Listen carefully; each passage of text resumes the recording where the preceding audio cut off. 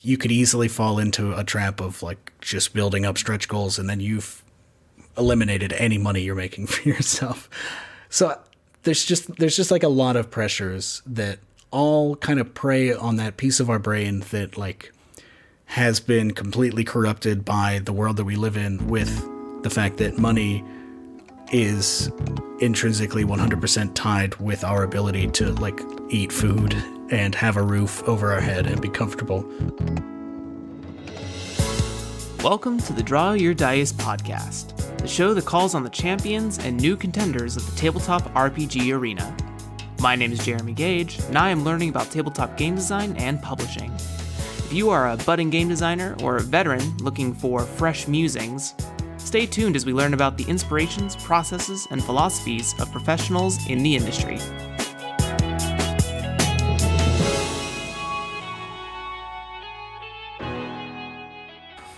Hello everyone, welcome to the Draw Your Dice podcast. My name is Jeremy Gage, as you heard in the intro, which at some point I'll change. You can find me at JeremyGage5 over on Twitter, but that is not about me today. Today, we're getting the first guest I've ever had on the show. Back on the show.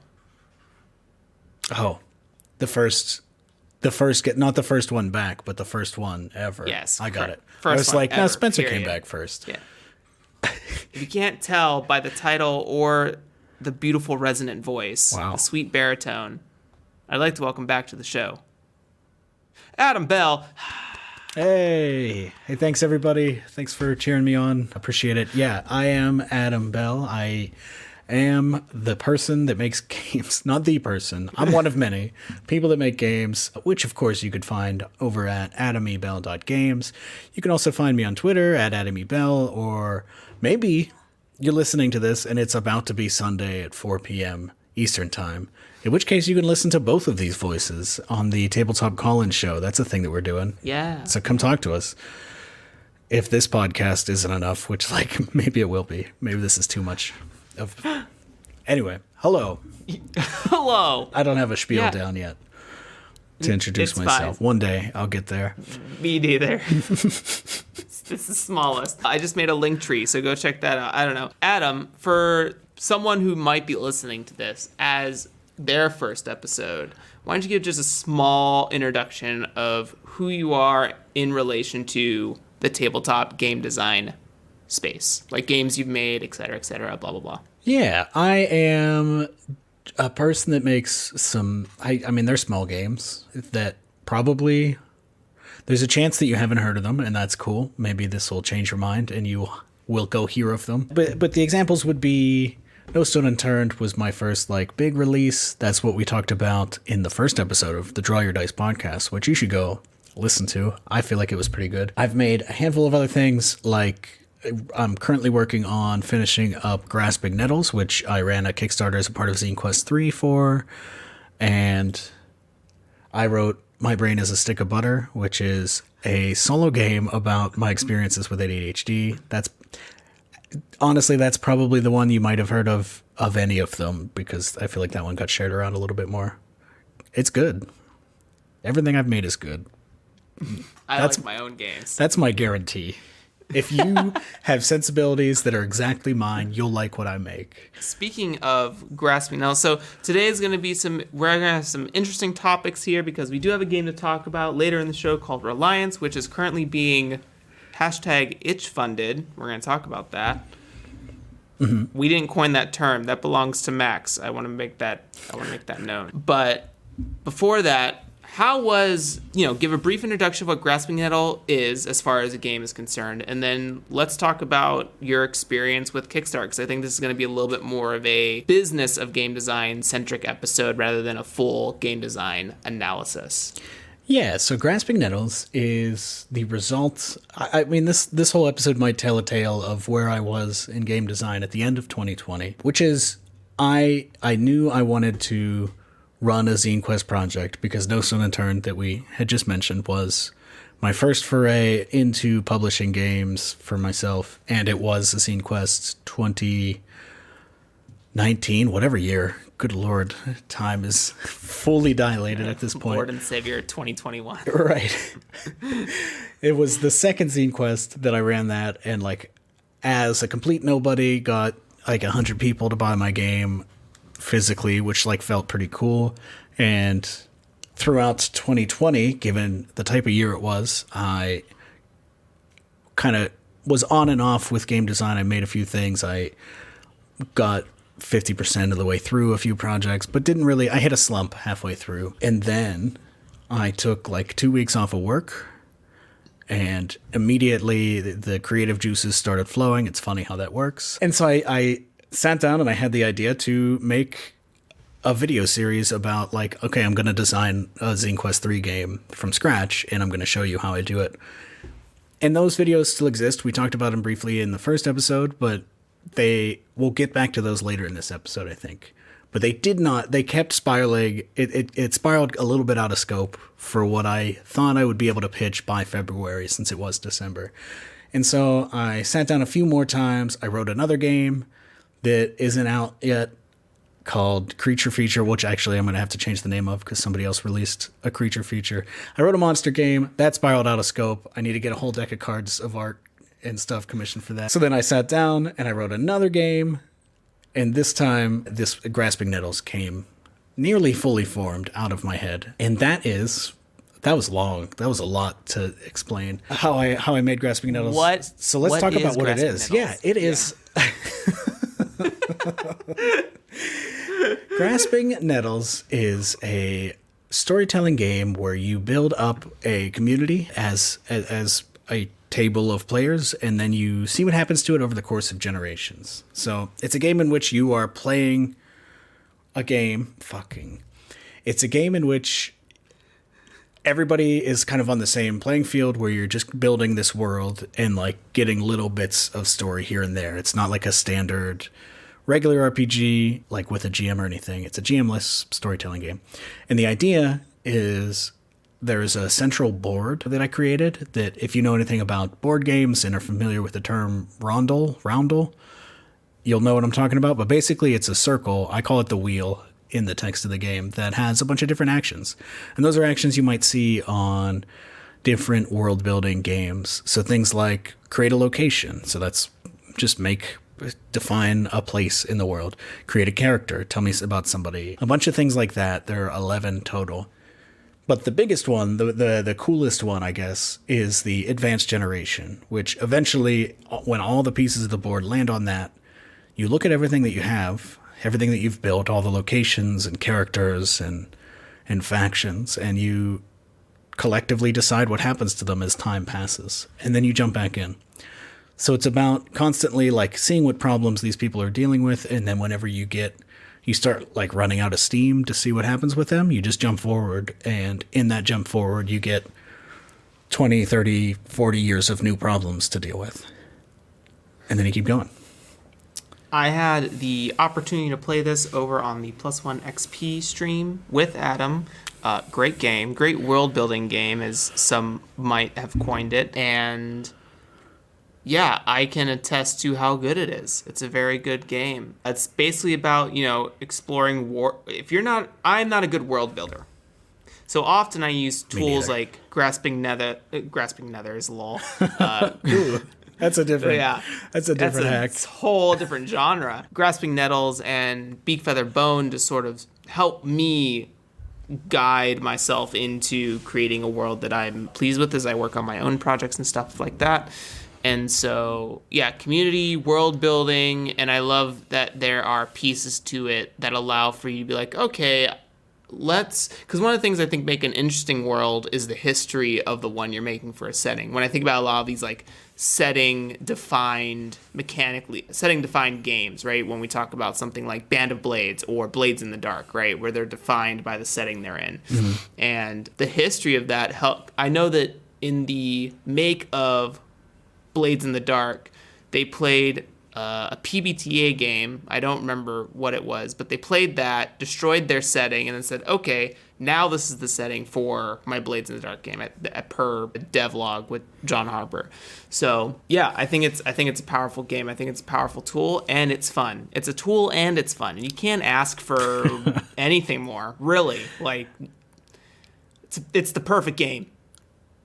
Wow, the perfect game. Nah. I'll Anyways, take it. I don't. but do you want to put that out there? It's the world's own. But yeah, how was the Zine Quest experience? Because what we're gonna find in this episode, folks, is that if you've been listening for a long time, this is gonna come from pieces of like when I had Tyler Crumrine on the show a long time ago, when I brought Spencer Campbell back onto the show and we talked about the Frame Kickstarters and things like that. How was this process? What did running Zine Quest 3 do to you, Adam? Yeah, that's a big question, as you might imagine. That's probably why you're asking it, because there's a couple different ways to look at it and think about it. Because like the easiest, if I just like remove if I remove the way I think about basically everything from the equation, it was great. I mean, I put my game up there. I got to be like, I joined a couple of Discords and talked to other people that were putting their games out there and had like some camaraderie there. A lot of people backed my game. So like all of that stuff, like the surface level landscape of how Zine Quest 3 was for me was good. It was very good. But then you then you start to think about like how it feels to be running one of those day to day, how like the different pressures that platform creates and applies like starts to affect the way that your brain is working for the 2 weeks, which is short. It's a short campaign compared to like a full, I'm doing this for a month. But yeah, like, so it would be easy for me looking back on it to be like, yeah, I mean, I did some work. I put my game up on a page and then people put their dollars on that page. And now I'm putting that work onto real physical pages and we'll mail it to them. But I don't know. I don't know how to jump into not necessarily liking Kickstarter as a platform, and then also maybe Zine Quest as a platform on the platform.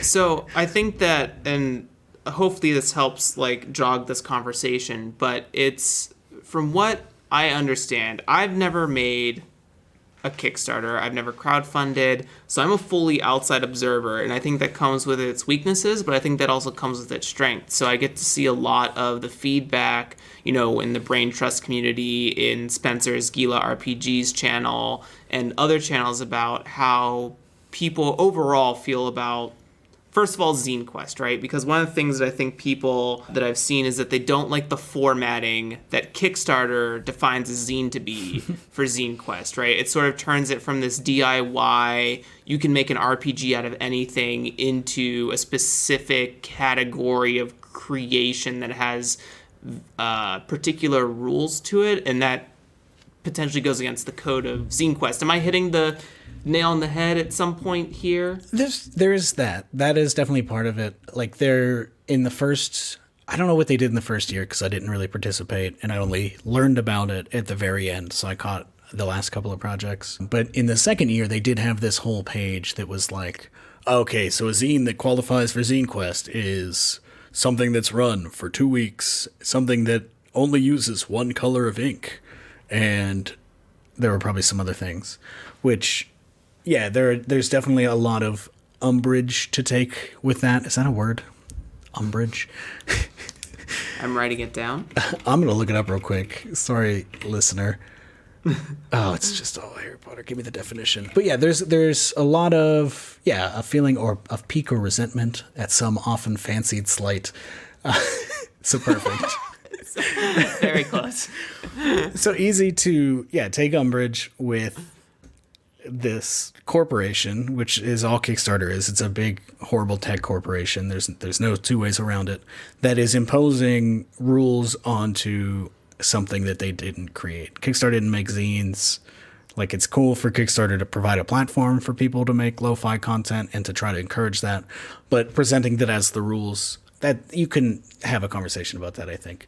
I'm not the only thing that I hate about that is the fact that they present them as rules, but then don't do anything about enforcing them. So all it does is serve to stress creators out, which is the whole platform. So it's all about like, ooh, wait, if I submit this, I had this great idea for a game that I think would be great for a short Kickstarter campaign that I can, get the funds to print it and send it out to people. But, there's 2 colors on it. Now I'm stressed about submitting it. So that's why I don't like those rules particularly, is because it's just an extra layer of bullshit. And the other thing it can do is sort of poison the conception of, create the ethos for like quote unquote what a proper zine is, right? So someone who's never seen a zine game comes into Kickstarter, sees the rules for what a zine is, assume that because Kickstarter is a giant corporation that they know what they're doing and they understand the branding of a particular category. Yep. And for that new consumer, it's like anything outside of that scope, you might get the person like, oh, that's not a zine, so why are you calling it that, right? Yeah, no, definitely. You definitely get and that's not helpful. Yeah, it installs this sort of like defining what a zine is type of culture into the event itself, which even if they're not applying the rules, you still will get the super backers that might come in and be like, this is a book. This doesn't count. Why is a zine $60? Yeah, and then they start like demanding that things should be lower priced, and I don't know. There's a lot to it. There's a lot Super backers, it's whole other podcast episode. Maybe that's the call-in show. Call-in Sunday, ask us about super backers. Yeah, we'll have a super backer special where we can all complain about gamers. I'm gonna write in the episode ideas right now. Super backer episode. So yeah, I think my real complaints with Kickstarter and running a Kickstarter are the way it kind of preys upon all of the ways in which like the system, the economic mode of capitalism that we live under, which we're going to get into, I think, later in this episode, but that's kind of me. But prey into the way like consumerism and everything else just like tickles different parts of our brains in arguably insidious ways. And that's both from the creator aspect and from the like consumer backer aspect. So from a creator's perspective, you're running this campaign, and every time, if you've got an iPhone, for example, that has the Kickstarter app on it, and you are running a campaign, every time somebody backs or cancels their pledge, your phone vibrates and it tells you the person's name and how many dollars they gave or took away in quotes, because you're allowed to cancel pledges. That's fine. It just feels kind of bad when it's presented like that. So like it's constantly there in your mind. And then if you don't have one of those, because of the like make or break way that the campaigns work, you're kind of like, there's just this part of your brain that is tying your value as a creator directly to the number as it goes up, because there's a number that you want to hit, which is a goal, the goal that you set. I set Grasping Nettles the goal to be $1,500, because to me it felt like it would be worth it to continue polishing that game as it is for $1,500. Then okay, that's enough money for me to take it, and instead of just releasing like the rules on a fairly minimalist like PDF or something, let me get some art on this, let me get some nicer layout, let me get some guest writers. But as soon as you're not hitting that goal, or as soon as you do hit that goal, every time you check that page, you just want the dollar amount to go up, because the higher that number goes up, the more fucking... Oh, wait, this is a PG-13 show now. Go ahead. That's a danger zone comment. The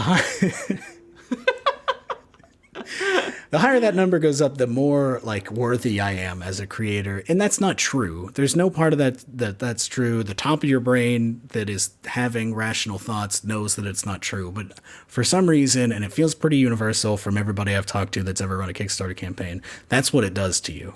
And I don't know what it is. I don't know exactly what Kickstarter's doing to make it feel like that. I think part of it is the way that you just have access to every like second by second, here's who's giving you money, here's who's canceling. Yeah, it's the curse of notifications. It's, I've shut off all notifications on my phone. So imagine if I ran a Kickstarter, I wouldn't know what was happening. But I have no idea. But I bet you would feel compelled to log on and look at the number. And did I make it? Damn it. Right. Oh, it's the same as it was 5 minutes ago. Yeah. I'm not worth it. Yeah, when we start attaching our intended value to a time frame, right? I think that's also one of the crazy pieces of a Kickstarter campaign. Specifically, talking about the vacuum of Zine Quest and how it's such a short campaign. And you're surrounded by so many other people that, like, Correct. by all rights, you're not really competing with, but like, because my game is way different than your game is way different, because they're all the RPGs, demographics in which they attract is Yeah. going to be totally separate. Yeah. But like looking over and it's like, oh, why is that person making XYZ? And if you don't stop yourself and say, hey, stop, don't compare yourself. Like, it's very natural to be like, look at these two numbers. That one's bigger. Yeah. Which is bad. It's a bad headspace to be in. And it's kind of encouraged. But it's like you're kind of crunched for time when people are trying to like donate or when they take away, it's like, shit, I have 2 weeks to make $1,500 or whatever the time frame was for Zine Quest. And, you know, you hit day 10 and you're at 800 and you're like, like, it's probably not going to happen. And there's like, then it hits 1,500 the next day, and then people start taking away pledges for whatever reason. Like, it's just this wild roller coaster that the main issue is that it's constricted by the time frame in which the event occurs, right? Yeah, and it's constricted by that, and then constricted also by like Kickstarter's internal like messaging that it gives to creators. Things like, oh, you should be making sure to update everybody, and like there's no official thing for stretch goals, but like there's this culture that Kickstarter has cultivated where, yeah, sure, you hit your $1,500 goal, but what else are you offering? Like, the backers are going to want something new. And so it's just, you're constantly like, you could easily fall into a trap of like just building up stretch goals, and then you've eliminated any money you're making for yourself. Yeah. There's just like a lot of pressures that all kind of prey on that piece of our brain that like has been completely corrupted by the world that we live in, with the fact that money is intrinsically 100% tied with our ability to like eat food and have a roof over our head and be comfortable. So even if you're somebody like me who is doing games as like, maybe eventually I could do this as a job, like maybe doing this can lead to me being a job, but I do it after my job, or don't tell anybody that I work for. I do it during my job. And so like any money I make on that, I basically currently treat as like, this is what you buy games with, and also think about quitting work and doing games. But like, even with that, even with it just being like extra money that if I didn't find this hobby a couple years ago, I just wouldn't even have thought of getting like money from a Kickstarter, it's still tied to that piece of my brain that's like, oh, you got to get money to eat. You got to pay rent. Yeah, where's the stretch goal that says Jeremy can fill his fridge for the month? You know what I mean? Yeah. Like, instead of giving away huge slaps of art, just, put a chicken in my fridge, bro. You don't need more art in this book. Jeremy needs a new chicken to eat. Yeah. I don't know if I would phrase it specifically like that. Anyways, so that's the thing. That's where I'm at with that. Yeah. And it brings that. Obviously, any interaction with commerce is going to have those. And like, probably a lot of people don't feel it quite as intensely, depending on how their brain's set up. But everybody's different. And yeah. So I don't know. There's just a lot there that you don't see and you don't think about until you're experiencing it. And then after you experience it, you kind of delete it from your brain, unless you are thinking about it. You're like, oh, it's over. Whew. Forget how I was feeling for 2 weeks. My best like analogy, not in terms of maybe like a commerce standpoint, but I think about, I used to work in the restaurant industry, and there's so many people you run into that just have no idea what it takes for a person to service you, to bring you a drink, to cook you food, and to do it with a smile for an entire 2 hours, when you are just like, I don't know, I didn't really like it, and this place stinks, 3 stars out of 5 stars, Yelp Elite. And I'm like, dude, can you fucking come back here for just like 1 week and experience death? Yeah, anybody that's ever like, I don't know. People should work in restaurants for a little bit just so they could shut High up. school requirement, dude. But my point of that is that if you're a consumer on just the surface level, buying a Kickstarter project, especially in the tabletop role-playing industry, think about all the work that goes into writing, visually designing, project managing, especially when you bring other people on board to your situation, and we're not into like we're not in a state where we can be physically in one place together. So you're networking with people over internet connections, which can get fuzzy and troublesome at some points. You're coordinating emails. There's a lot that goes into designing a game, a ton, and that's why partially we're talking about this today. Is that that why you keep backing up from me? You want to fight me? I'm just making sure that any mouth sounds don't get. If I feel a mouth sound coming on, I back away so you don't have to deal with it. Sorry, I didn't mean to put you on blast. I was like, am I doing something? And I fidget. I'm just a fidgety. I rewatched Me too. The tabletop show, and like you're fairly. I mean, probably because you're sitting. Yeah. But you're fairly still, and then like the whole time I'm just dancing. I'm just all over the place. It's challenging to watch. But I think part of this episode is to also help demystify what goes on the background, not including the communication that you have to have with the Kickstarter agency as a whole, like getting that customer support or whatever, and that can be taxing for some people from horror stories that I've heard about. Not that I'm going to share on this, but I'm sure there are articles in light or out in the world that can definitely show you through a different lens what that project structure is like, for sure. Yeah, because as a person running a Kickstarter for a game that you're making, like depending on how much of this work you hire out, of course, like which depends on how much money you can make. Like you have to, I mean, you're designing the game, which is one skill set. You're writing that design into words that other people can hopefully parse, which is a second skill set. Like designing a game and writing it to be understandable, that's completely different shit. You're editing it or getting an editor, you're laying it out or getting a layout artist, you're printing it or getting a printer. Like there's just all of these steps that like it's 75 different hats that you have to wear over the course of creating a game that eventually gets delivered to a backer who paid usually like $15 for all of that to get done for them. And so, yeah, I have been very fortunate to not have any bad customer experiences, but like, I mean, people just should cut creators a break because we're going through it. It's going to be late. Yeah.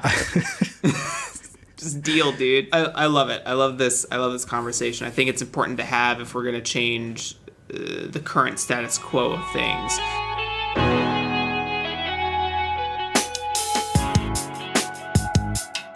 Adam, trends. It's been 4 months since your first episode with us. Yeah, long time. Long time listener, first time, second time guest. I've been busy.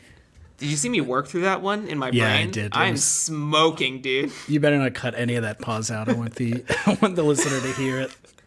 Hear the gears turning. What trends are you noticing in the tabletop role-playing game space, whether that be something you want to speak into the ether or something that you keep seeing in like your Discord communities or in your Twitter feed or something like that you think is interesting, or maybe something that you're seeing that is potentially detractful and you kind of want to caution against others to attach themselves to? Are you nudging me towards a certain conversation here? No, not at all. Is this a nudge, wink, wink? We can. Either way, Reliance is going to lead us into Itchfunding. You know what I mean? Like, either way. So if you want to talk about it here, we certainly can. I'm trying to think if there's anything. Last time, what did I say? Boxed games? Yeah. Did you listen to your episode recently? No, I just have a big brain. Wow. It's so wrinkly, dude.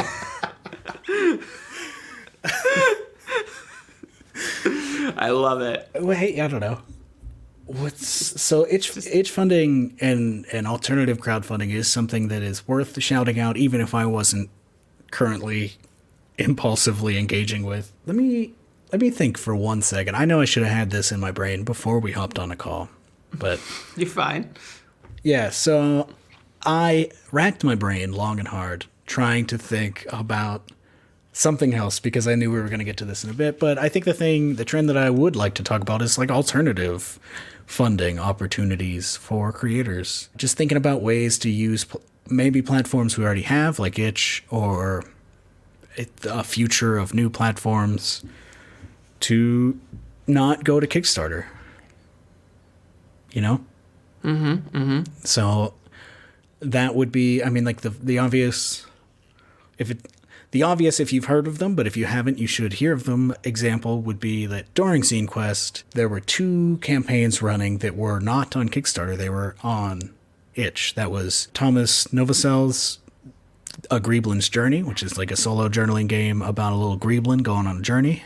That looks wonderful. And Bo Yager's The Man and the Stag, which I haven't read yet, but I did back. I need to download it. It's like a 2-player game that seems very neat. I'm sorry I'm not pitching it well. If you're listening, Bo, your game looks very cool. Yeah, so those were both like, for various reasons, they didn't want to engage with Kickstarter, and so just ran a crowdfunding campaign right there at home on their Itch pages to decent success, but not as much success as I would like to see for that kind of thing, which is kind of why I want this to be a trend that moves forward, because like being the first people to do it, like I know The Man and the Stag has funded, and I hope The Greeblin's Journey will fund, but like being the first people there, it's kind of a weird thing. You just get seen by like game designers that are like, yo, wait, hey, hello, I would like to support this now, please. So Itchfunding is this concept in which we're trying to find an alternative to Kickstarter by creating a space that A, gives us room to breathe in terms of a time limit, right? Because sort of the initial concepts we've been talking about in different channels is about, you know, if my pre-order makes it to the total of $2,000 or something like that, I can produce a artistic version, a visually designed version of this game. Or, you know, if it reaches 4K after that, I write an extra adventure, or I add an extra character class, or something like that. Some of the same things that you would do with a stretch goal in Kickstarter, and apply those more to total sales than to, you know, not acquired dollars, and still having something to produce on like that back level, right? So I know that in the Brain Trust we were talking about something, or Jeff Stormer was talking about how there should be some like minimum viable product that you get for free when you or not free, but like when you pre-order this game that you can use, take, play, whatever have you, and then finally when we hit that 2K mark, we finally get to achieve a pretty book, pretty print, or whatever have you, or maybe additional pieces to the puzzle. In addition to other things like that Itch is already a storefront where your product can live on in longevity. Whereas in a Kickstarter, when your Kickstarter is done, nobody can back it further unless, you know, backer kit stuff, or you put it up on your website or whatever.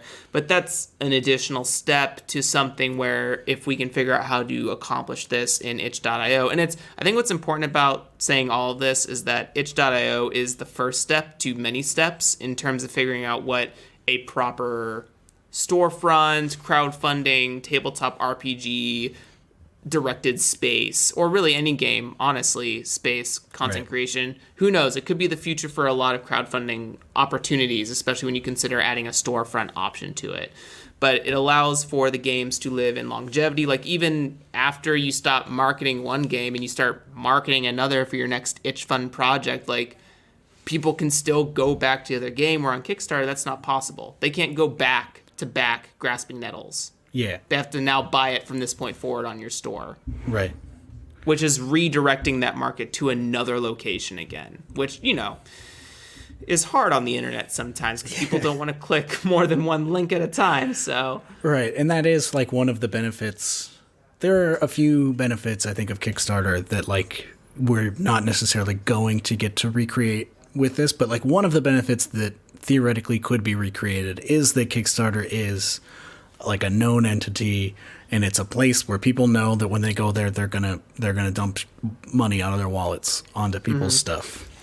They're just gonna dump it. But that one to me feels like something that is recreatable. So like the point of hopefully this becoming a trend, the point of thinking about this as a long-term thing and maybe eventually organizing like a big event where a bunch of people do it in the vein of a zine quest. The idea there would be to build that audience and like wrestle it from the hands of the Kickstarter lich, who is currently like, that's the big thing, is you go to Kickstarter and people are there already. But if you can get a critical enough mass of that to a different place, then the people will be like, oh, all the cool stuff's happening over there?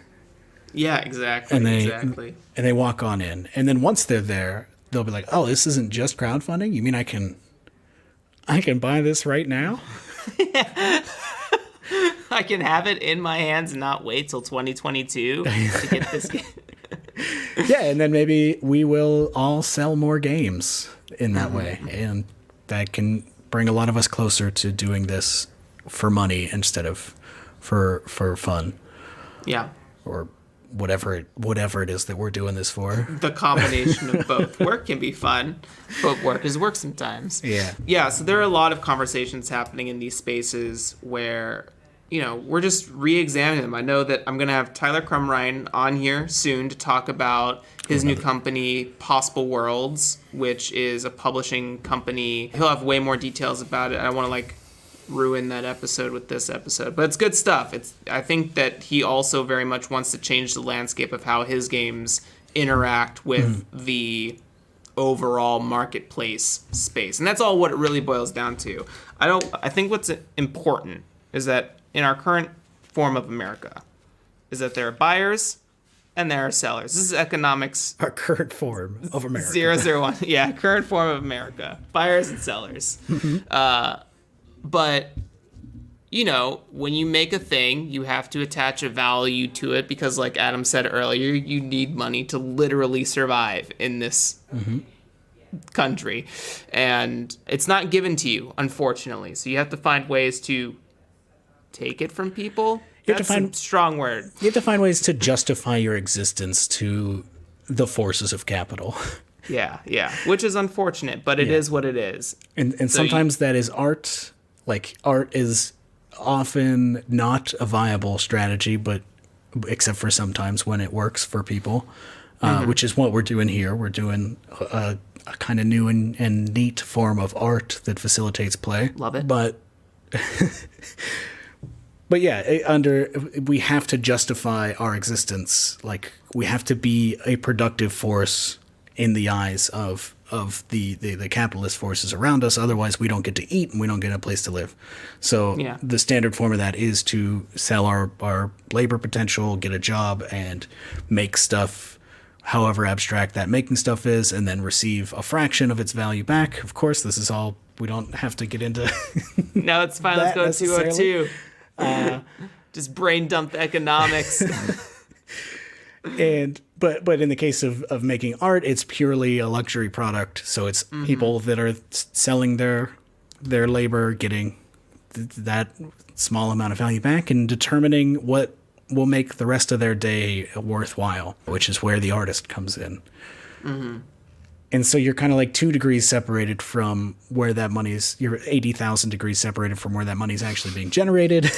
But at the same time, you still, have to eat and have to live somewhere and have to have medical care. And it takes a lot to make these little garbage flesh bodies of ours wake up every morning. Is that what I'm tattooing on my body? Garbage flesh body. You got to feed the thing every day. You got to turn it off every night. Oh, God. Yeah. But it's important to state that this is like the real state of things. And we're trying to figure out how to adjust, because this is going to lead us into Reliance, which is good. We have to figure out how this, I'm going to see if I can do this right, contradiction can be overcome by those with a revolutionary passion who can subvert the uses of the capitalistic mind force and use their tools against them to create a better community.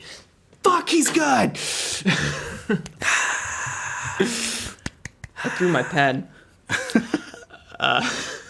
Do you need to get that? Or No, I have many more.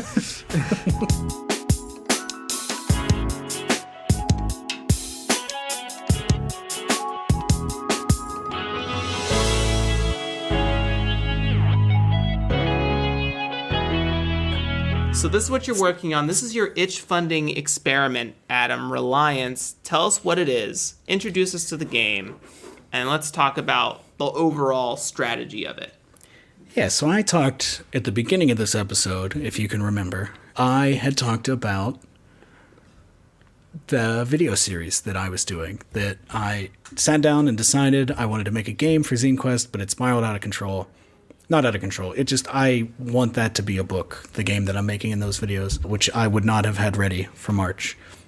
And so I those videos are kind of paused right now because I started working on Grasping Nettles and got that to where it is, and then I'm still working on Grasping Nettles to finish it alongside of all this other stuff. And Reliance is I took the framework of the game that I was making in those videos, and like just made it in its like smallest form I could think of, and then try to think about like what kind of story that could tell. And so what Reliance is it's a game where very recently the city that you live in, which the default setting says that you're probably in like a industrial, maybe fantasy, maybe not city, that recently went through a socialist revolution. So the dominant productive force of your society, much like ours, is capitalism, but in the city that you live in, you were able to drive out the capitalists and like seize control of the ruling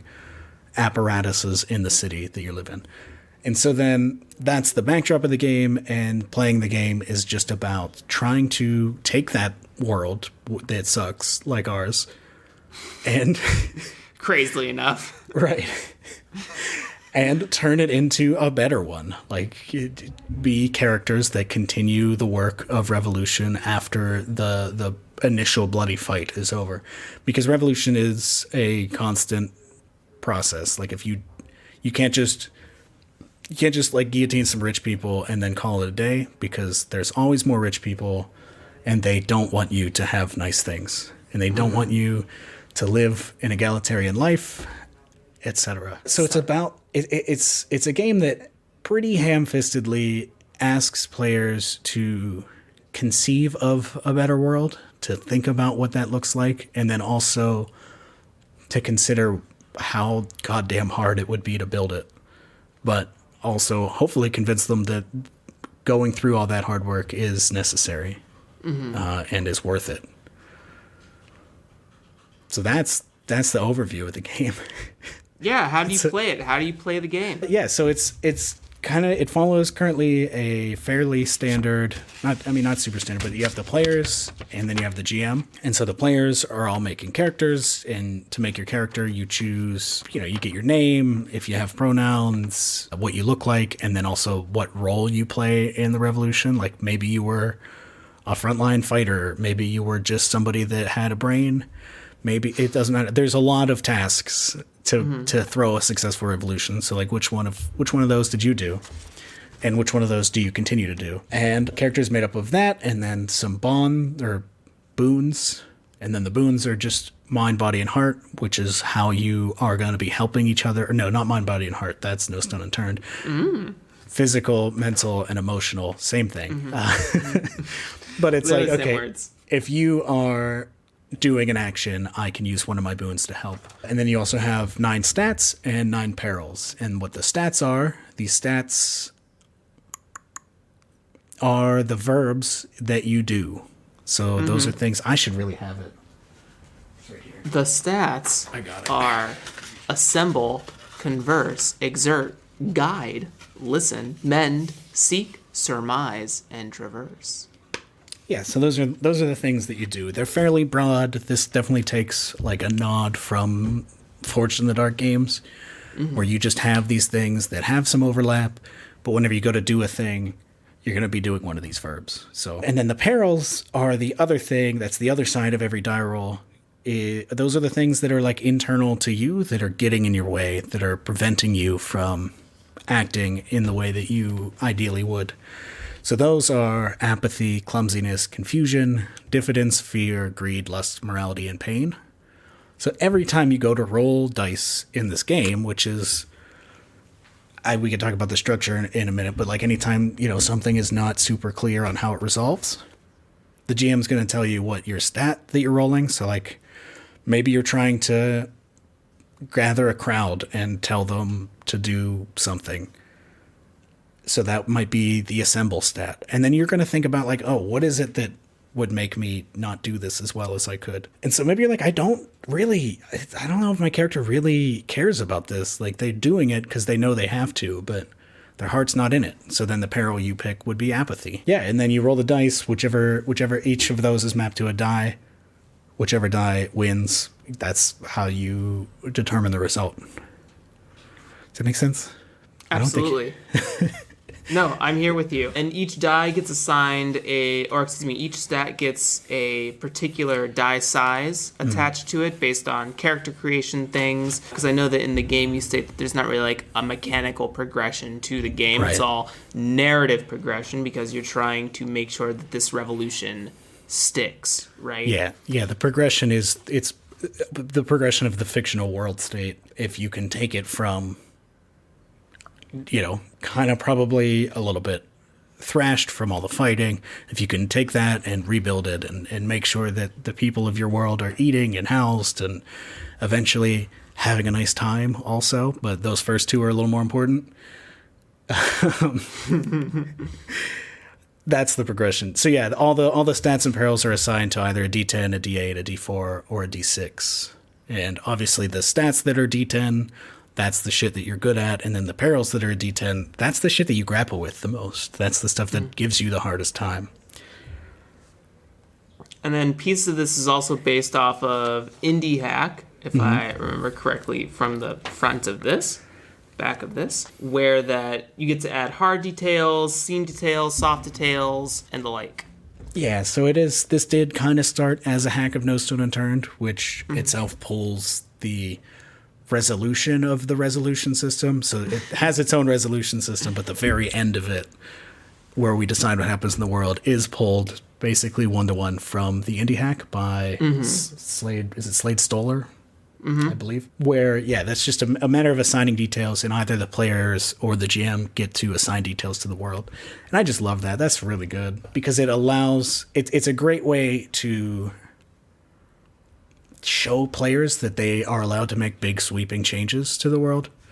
Because whenever I, as the GM, react to your die roll failing, and then I say, okay, I'm adding the hard detail of the forces of the neighboring city are at the gates now, and they're pounding them in.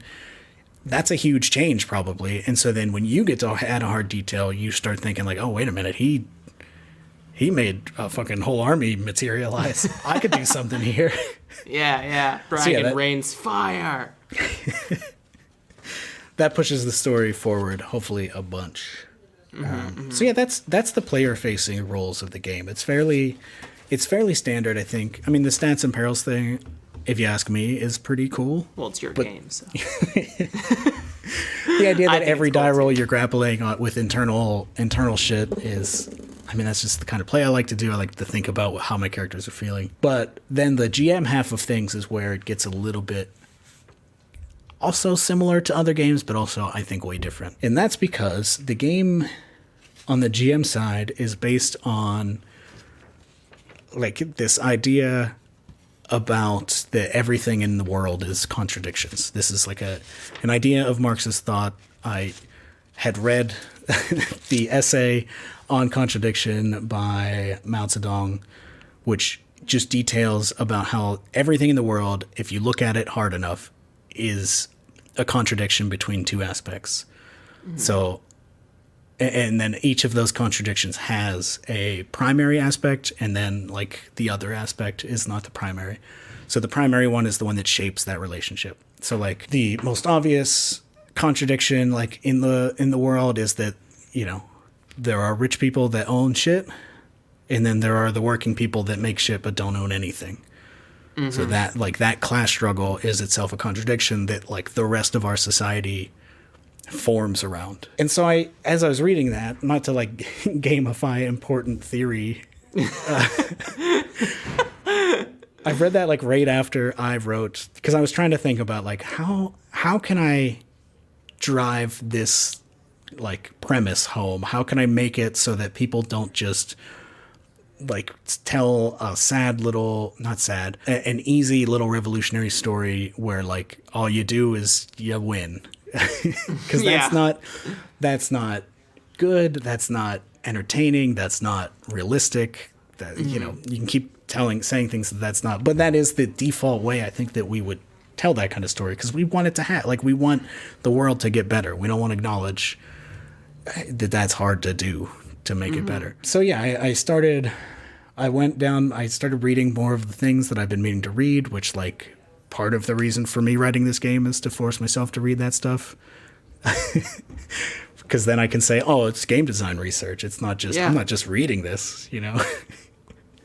But also it's okay to just read things. Yeah, but it's an incentive structure in my head that like I'll sit down with a book that I definitely want to read, but then I'll be like, what if I didn't? What if it just didn't happen? What if I just did anything else besides reading? Like lay here. Right. Just turn the TV read these on. books. Yeah, well, I read that essay. It's like a fairly short essay that just talks about that, and I was like, that's great. Like, for one, that's a great tool for thinking about the world that, like, you know, I feel like a lot of us maybe intrinsically kind of do it, but to, like, lay it out in great detail, like, everything is contradiction, there's this, that. It's a great way to run a game. Also, because if that's the way the world works, if you can model the entire world and all the conflict in the world around that system, then you can model a fictional world around it as well. And so the GM of this game is sitting around all of these tracks that like just have, it's a line that has 4 circles in it. And so on either side of that line, you'll put the 2 aspects of the contradiction, and then you'll check off whichever side, like you'll check off one of the circles to indicate like where that relationship sits. So it'll be, if it's closer to one aspect, that aspect is the principal aspect of the contradiction, and as such, it's like the driving force of that relationship. So the 2 that I have in the text, which hopefully if this funds well enough on the Itch Fund, I will be able to write like an entire pamphlet about examples, because there's kind of a lot to think about. But yeah, there's a lot to digest here in a game like this, for sure. Yeah, I'm a little bit surprised. Like I've played it one time so far. I'd like to play it some more to test out the systems a little bit more rigorously. But there was a lot. I was expecting it to be kind of packed, but I was happily surprised to see that these 2 trifolds really went for it. That's awesome. In play. But yeah, so one of them is like the most obvious. By the way, these 2 pieces of this game, I'm sorry, we may not have said this, but they're pamphlet trifolds. Like this is not a book. I mean, it's great. It has the right amount of everything in it, but it's 2 pieces of paper, and it's awesome. Which of course I'm not the first to do. There are a lot of great pamphlets out there, but it feels good to get it, Restaurants, to get information. So yeah, one of the examples of these contradictions that should be the easiest, I think, to understand is that on one half, the world still uses capitalistic production, and on the other side is we're moving towards a socialized production. So like, you're a city in a world that is still run by capitalism. It's still run by the forces of profit are the primary motivating factor of everything you do.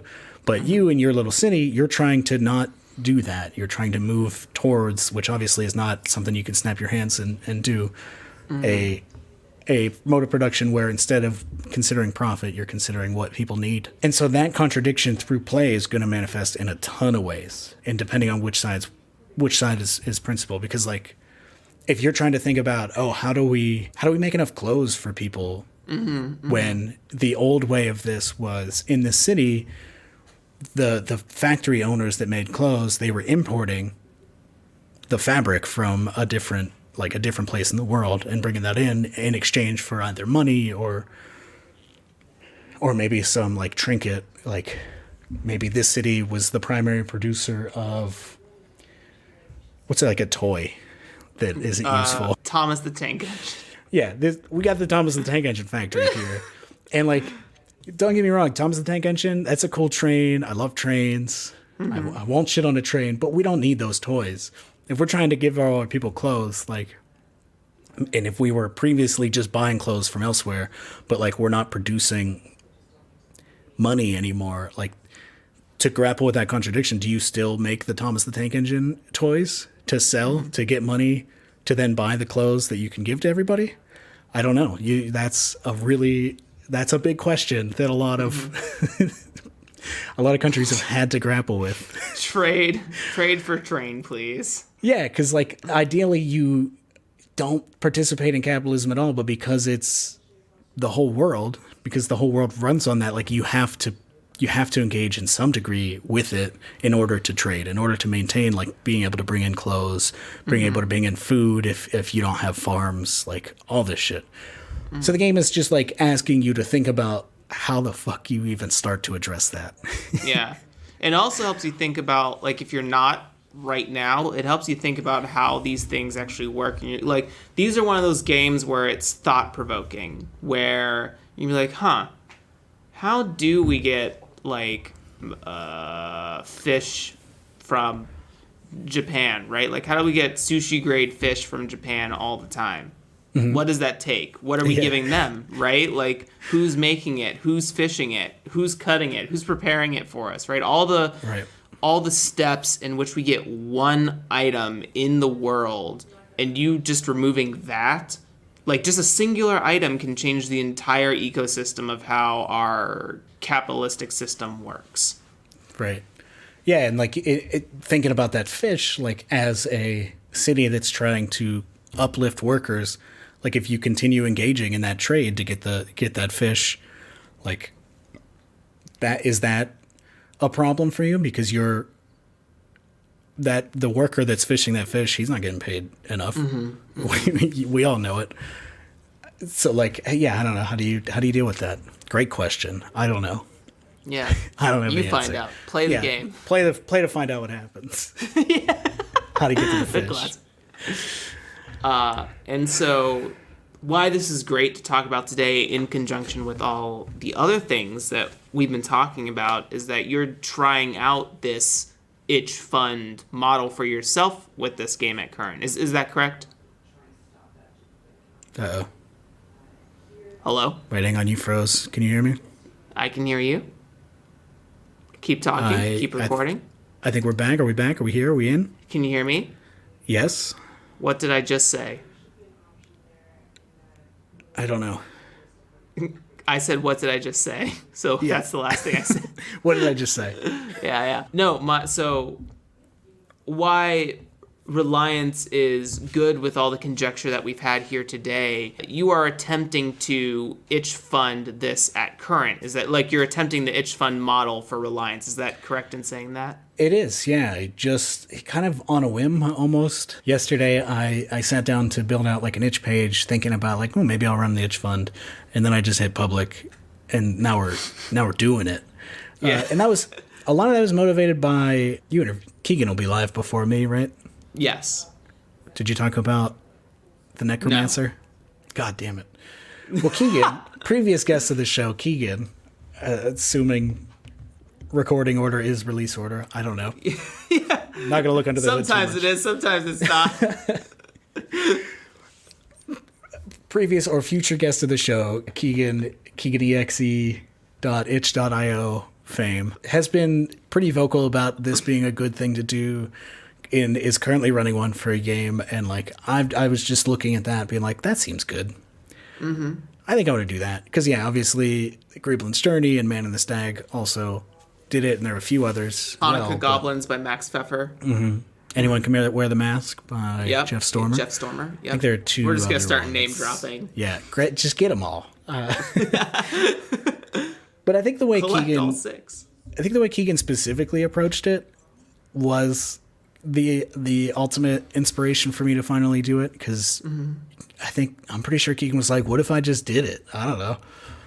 As opposed to treating it like a Kickstarter, which is something that you really build up to. You spend at least a month preparing all the assets and whatever else. But like we were talking about, one of the advantages of Itch is doing this on Itch doesn't have the deadline at the very end, exactly. the end date. So it like immediately removes a lot of that stress. Like, oh shit, I'm not funding. Let me reevaluate the way that I'm marketing this and thinking about it. Mm-hmm. And so like that's how Keegan jumped in, and then Keegan's doing pretty well with the Necromancer. Like obviously all of this is still it all pales in comparison to like big money in games, but like sure. But like what is that in comparison to like the value in which you put something on, right? When we say like big money, and then that phrasing like connects Kickstarter to being the quote unquote successful platform. Like, well, I just mean like it's all relative. You know what I mean? Even my Kickstarter is nothing compared to big money. If we're talking about like the Dragon game, if we're talking about the One Ring, like these things that are just bringing in millions and millions of dollars. Like, we're nowhere near anything like that. But like for us, it's a fairly decent level of success. And like, but also we see glory stories. Like I just played Coyote and Crow a week ago per the recording of this, and that's already at $500,000, and they were asking for like 16,000. Yeah, that exploded immediately. Yeah, which is nice. Fucking huge, and kudos to them. Like, yeah, but that's not in everyone's story. No, it's not. Yeah, I don't want to say anything about luck here, because they certainly deserve every dollar they're getting, and they're doing some really cool stuff. But that's not going to be everyone. That's not going to be the everyone experience. Right. Yeah. And luck isn't. We don't really have a word for the type of, because it's not luck. It's as so much as like they're presenting a product that like is very unique in our landscape, which like hopefully they're paving a way for a world in which it's not unique. Exactly. Yeah. But at the moment, like it's just, everybody's got to climb on to like support that kind of shit, because yeah, it's good to see it. But anyway, the whole thing with the Itchfunding thing, and like the way Keegan approached it as like a very casual, I'm gonna do this, I'm working on this game anyway, why don't I just put the pre-order page up and see if people want it? Because then instead of it being a relationship with like, oh, I've put so much work into this Kickstarter campaign and into the game as it currently stands, and if that number doesn't go up, I don't know what I'll do. It transitions it instead into, I put in a decent amount of work for the pitch of this game, and here is what it's going to look like. And if people come in and pay for it on a pre-order system, that is immediately to me like a flag. Hey, why don't you're working on something people want. Keep working at it. It's encouraging as opposed to instilling fear, I guess. Mm-hmm.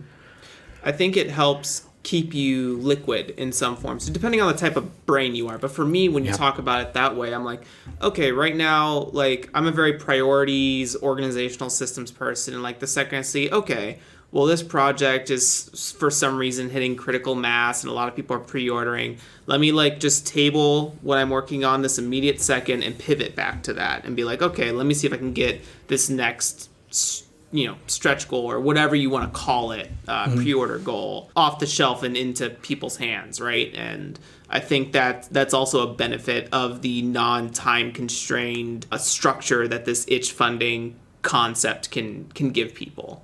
Yeah. And it's nice, and it's something that like you can keep going after you release it. So like the idea of me writing Reliance in general was to take the ideas that of the system I built in those videos and get it down, make a small game out of it so that I don't forget what it is, so that later whenever I have more bandwidth to like make a big game, I can come back and make the big game out of this system. And so then that combined with also let's set up this pre-order page while I'm finishing up the design and development of this to see who wants it. Like the $1,000 goal on my itch page, which when I posted it yesterday, I don't really expect to hit $1,000 anytime soon, if ever, because prior to this on itch itself, if anybody like close your ears if you don't want to hear dollar numbers, listener. But prior to this, dollar numbers, warning. just hit that 30 seconds forward button right now. Prior to this, I hadn't made more than $100 on any of the games that I've made on Itch. On Kickstarter, obviously I made the 5,000 for Grasping Nettles and 2 for No Stone Unturned, but on Itch itself, nobody's buying my shit, which is fine because that's the place. Itch is the place that so far I just go to put the ideas that I like, that I have put work into, but I'm not expecting a revenue stream out of Itch right now for where I am in my game design career. Eventually it can become one for people that, you know, have built a platform, but like for me right now, I'm just trying to get as good at game design as I can be, and then also have enough things that I can prove to people, yeah, I'm good at this. Come buy my new big game that I'm going to release at some point, you know? Yeah.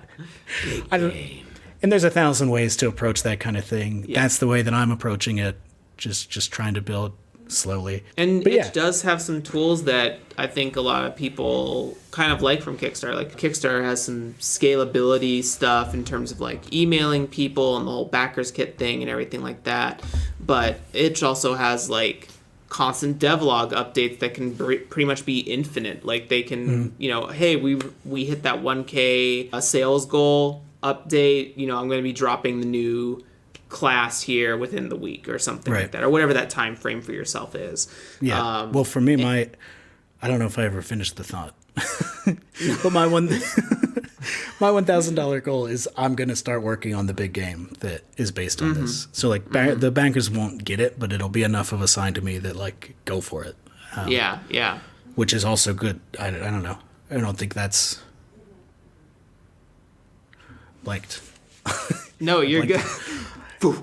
It's such a big idea. It took you aside. But yeah, like you started saying, there are a lot of features on Itch that can replicate, or at least maybe not replicate one-to-one what Kickstarter does, which we don't need to do. We don't need to replicate one-to-one, because then we'll be in hell again. That's not what we're attempting here to do. Yeah, that's not what we're trying to recreate. We're trying to see the things that Itch can provide us in terms of its tools, in addition to figuring out or examining the structure in which Kickstarter exists and why it's potentially successful for people, and see if we can delineate to something that is more within the designer's control to approach. Yeah. So you've got the devlogs, you got the ability to email people. I think I figured out a way to get people to sign up to be like emailed, but that haven't given me money. So like I put it on the page as like, just claim this reward tier if you don't want to give me money right now, but like maybe you will when it's released. So then I'll email them later and maybe get a boost whenever the game is released finally. Yeah, there's like a lot that you can do there, but it is also, I don't think that this is a replacement for Kickstarter, right? Or the Kickstarter model so much as another option essentially. Yeah. That both will have their pros and cons. Because like we were saying, like you're probably going to make, there's a good chance no matter what we do, no matter how big of an audience we build around Itchfunding, there's a good chance that like Kickstarter is still going to be what makes the most money. Sure. But it's not right for every project, and not every project needs that. Like for me, two trifold pamphlets, maybe 4 trifold pamphlets, depending on how much it funds. That's, I don't want to go through the stress of a Kickstarter for that. Yeah.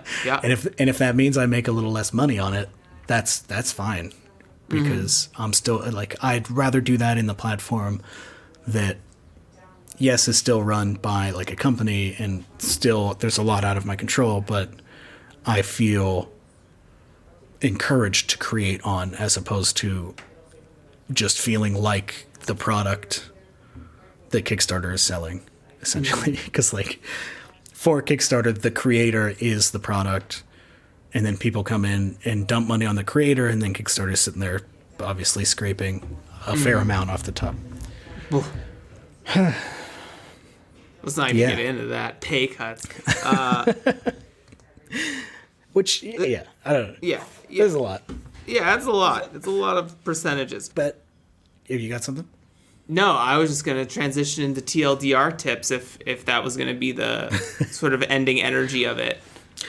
I think the only other thing that I would add is like I do still plan to run at least one more Kickstarter, and that's because there's like the benefit of the all or nothing funding on Kickstarter is a real one for a creator. Like the next project I want to make is going to be a boxed game, like we talked about in my first episode, and a boxed game has a ton of upfront cost. And so I would not want to do an itch fund type thing where I say, hey, give me money now and eventually I'll give you the product.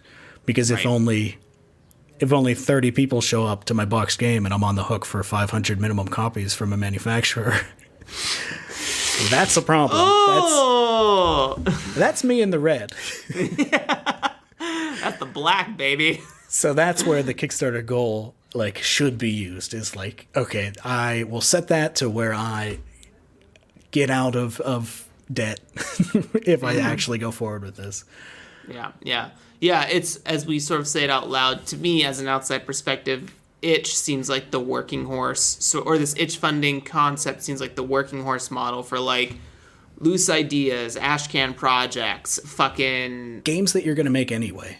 Yeah, exactly. That don't require a whole lot of it. It's still investment. I want to make that clear, that I still recognize the work, as I've said throughout this video, but it's certainly a trifold pamphlet project is much different than the latest D&D 5e supplement book, right? Like, those are two very different scopes, and one does not fit on the other platform in some ways. Yeah, and you could, if you were willing to like invest the time, and like if you're gonna make that big ass book anyway, then maybe the itch funding thing will work for you. Yeah. But yeah, if you need money to start, if you need a certain amount of money to be able to pay the artist to like get the thing that is in your vision, then it's not quite as good. But also, if you don't need the art but just want the art, we're back to itch. We're back. Exactly. We're happy again, because you could be like, once we hit $750, I'm gonna get that art and it's gonna be good. It's gonna be and lit. everybody that bought up to it is gonna get it. Yeah.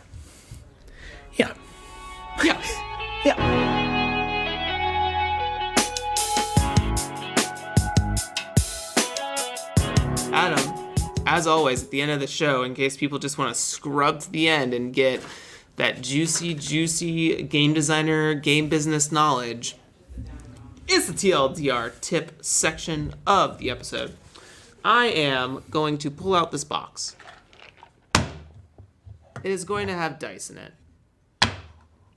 I'm going to roll this dice. This is going to be a concept I want you to talk about to whatever your experience is. Great. Take your time. I can edit out the dead air, as I say in every TLDR too. There will be some dead air. Yeah, good. Very good. And I'm rolling. I hope you heard that at home. That is going to be a 4, which I believe is collaboration. So, did you have this tip last time too? No. Heard. I had community last time. Oh, heard. Yeah, it's that big fold in the brain that lets you remember all of the episode information. I mean, for me, I've recorded one of these, whereas you've recorded a ton, so it's a lot easier for me to remember. Adam, would you speak to a tip about collaboration, whether that be resources, tools, best practices, whatever have you, for the listeners at home? And does not have to relate at all to itch funding, which has been central to this episode. Collaboration. Coca-Cola. How about this? Here's a tip. Collaborate on shit. No, I think what I want to bring up is maybe something. Let's take it away, because I'm pretty sure other people have talked about how collaboration is good on the show. And obviously, we all know that. Like, if you and another person can build up a rapport or a way of working, either digitally or maybe your neighbors or roommates, and want to work together, that's great. There's plenty of other tips about that. I don't need to talk about that. I think what I want to talk about is like the other half of collaboration. It's not a half, a different type of collaboration, which is just like, I don't know, talk about games with people. You should, like, if you want to get into games, making games, thinking about games, etc., talk about them with people either that like games, talk about them with people in your life, find online communities, join the Draw Your Dice Discord. I've literally not said it one time. And you said it more times on my own show than I have. It's important. Yeah. It's starting to bubble up in there. The bots. But yeah, I just like, it's a type of collaboration that you can't really put like a feeling on. You can't exactly like explain what it's doing for you necessarily, but like just the act of every once in a while, whether it's daily because you have a problem like some of us, or like just weekly, maybe you have a conversation about games. Just talk to people and like think about it. Talk about like, oh, what if I did this in a game, and like see what people say, and then like react to what they're saying and like build on it. Just build on hypothetical things that might never come into any game that anybody's making. Which I don't know. I find that fun. I find like if somebody posts in a Discord or on Twitter that I'm in, like, hey, what is I've got this cool idea for a mechanic. I'm not going to make it anytime soon, but like, what if you took a D20 and Never. held it above your head and spun it like a top? What if that was your mechanic? Obviously, that's ridiculous. I don't even know what the hell I'm talking about. I'm doing it right now. I got a 9. But then everybody comes in and is like, ooh, wait. If this was an actual good idea, I'd not drop a D20 from the sky onto nothing in particular. Yeah. The distance at which you throw it. People will start replying like, oh, yeah, and then if you did that and built on it in this way, and you just start building this like collaborative mechanic that nobody will use. Well, maybe somebody will use it, but like there's so many ideas that are out there. It's fun to just make ideas for the sake of it. That's I've heard so many that are like risking to change my entire concept for Kaleidoscope because I'm like, fuck, that's good. Oh, I love it so much. But then I just have to pocket it away in my own little resources folder for later. There you go. That's next game. Yeah, that's next game. So many guys. Yeah, I totally agree. I just put out a copy of Kaleidoscope in PDF form, and the first piece of piece of feedback I got was from Adira. Adira, thank you. It was very sweet. It basically said holes are too big for me to absorb this completely. And I said, that's great, because that tells me that I don't know what I wrote when I put this out there. Like, that's good information for me. So that form of collaboration, just talk about anything. Like, ooh, this is cool, or that's not cool. It shows what people resonate with, and it helps validate some things, and it helps you grow in other places all at the same time, right? Like someone who really likes your dice resolution mechanic, but will also say something like, what if you added this? And you're like, fuck, I could never have brought those two things together, because you're only one person, and to use only your own experiences and perspectives to create you can. It's not impossible, but I think you get more powerful versions of whatever the fuck you were thinking of when you put 3 people up against it and say, let me just file away this edge. Wow, look at this now rounder, more solidified sphere of stone. Look at that sphere of stone. Yeah, the analogy escaped me, but the idea is there. But I think an important like asterisk footnote to this is like, make sure you're doing this. Like, if you are going to talk about stuff, make sure you're not just like bringing up your own ideas and trying to get people to better them. Make sure that this is truly collaboration and not just like an extractive relationship. Yeah, two-way for sure. Yeah, like, so if somebody brings up their ideas, like, nobody should be, this shouldn't be like a quota thing, obviously. Yeah. You shouldn't be like, oh, well, I engaged with Jeremy's threads 3 times, but he's only engaged with 2 of mine. Jeremy owes me. That butthole. None of that shit. But like, reacting, reading people's work, thinking about people's work is all in itself work. So like, just respect that and, I don't know, collaborate on stuff at the end of the day.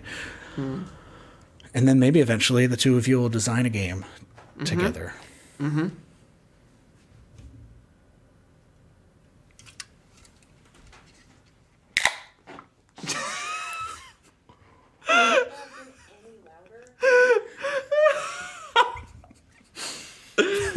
That is going in, dude. I love it. Well, Adam, I think with that can opening, I think that brings us to the end of the TLDR tip. Great tip, great collaboration. For the folks at home, why don't you go ahead, plug yourself again, tell them where they can get in touch with you. This is the second episode this man has had to do this on. Fucking talk to this man. He's got great ideas. Yeah, you can find me anywhere at Adam E. Bell. That's my name. And there are a lot of Adam Bells out there, but I'm the one that usually puts the E between our names. Ignore the other ones. They're no good, probably. I've never met them. The clone. Yeah, you can find me on Twitter at Adam E. Bell. You can find my games at adamebell.games. Eventually, you'll be able to go to adamebell.com for like a list of stuff.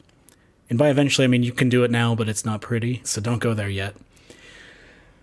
Maybe that's the motivation I need to finish that. It's before this episode comes out. Now you can go to adamebell.com. You have 3 weeks. You can find the Reliance Itchfund situation over at adamebell.games. It's right at the top of my page. You can look out for whenever I'm done with fulfilling the 3 crowdfunding things that I'm currently embroiled in. I'll probably be running a Kickstarter for my game Uneasy Lies the Head later this year, hopefully towards the end of the year. That's going to be sweet. It's going to be it's the box game I was talking about. It'll come in a box, have cards. It's going to be aimed at people that don't play RPGs. That's the idea. Yep. I'm not going to use the word RPG, so you'll have to look for it.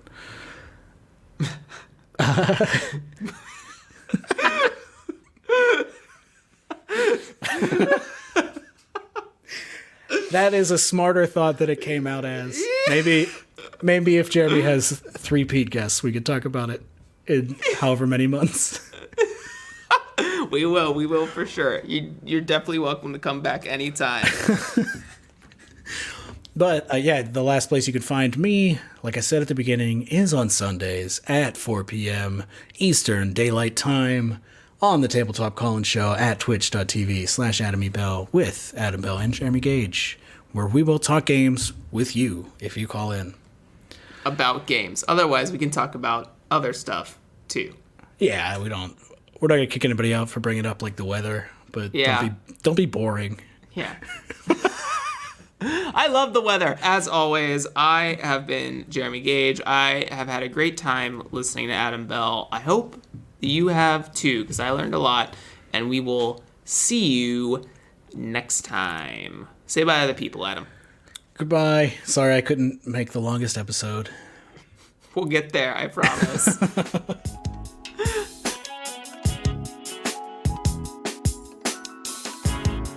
All right, that's a wrap.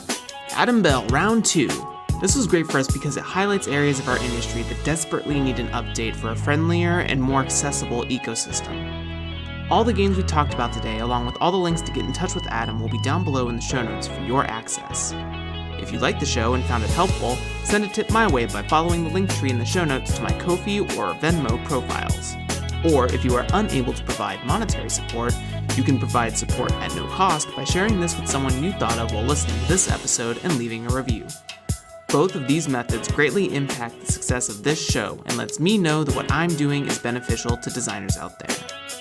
If you want to be a part of the conversation or hang out with the alumni from the show like Adam, you can also join the DYD House Discord server. Thanks for listening, and I will catch you next time.